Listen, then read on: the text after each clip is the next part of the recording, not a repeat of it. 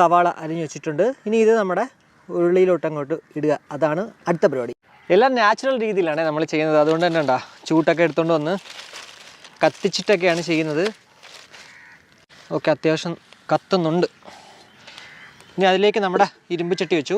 ഇനി ഇരുമ്പ് ചട്ടി അങ്ങോട്ട് ചൂടായി കഴിഞ്ഞാൽ കുറച്ച് എണ്ണ ഒഴിക്കും. എണ്ണ ഒഴിച്ച ശേഷം നമ്മൾ അരിഞ്ഞു വെച്ചിരിക്കുന്ന സാധനങ്ങളെല്ലാം കൂടി എടുത്തിട്ട് അങ്ങോട്ട് മിക്സ് ചെയ്ത് അങ്ങോട്ട് കുക്ക് ചെയ്യും. അത് കുക്കായതിന് ശേഷമാണ് ബാക്കിയുള്ള കാര്യങ്ങൾ നമ്മൾ ചെയ്യാൻ പോകുന്നത്. അപ്പോൾ എന്തായാലും എണ്ണ ചൂടായി വന്നിട്ടുണ്ട്. അതിൽ നമ്മൾ ആദ്യം ഇടാൻ പോകുന്നത് സവാളയാണ്. കാരണം സവാളയാണ് കുറച്ച് വേവ് കൂടുതലായിട്ടുള്ളത്. അപ്പോൾ അതുകൊണ്ട് തന്നെ സവാള ഇടുവാണ്. അതിന് ശേഷം നമ്മൾ ടൊമാറ്റോ ഇടും.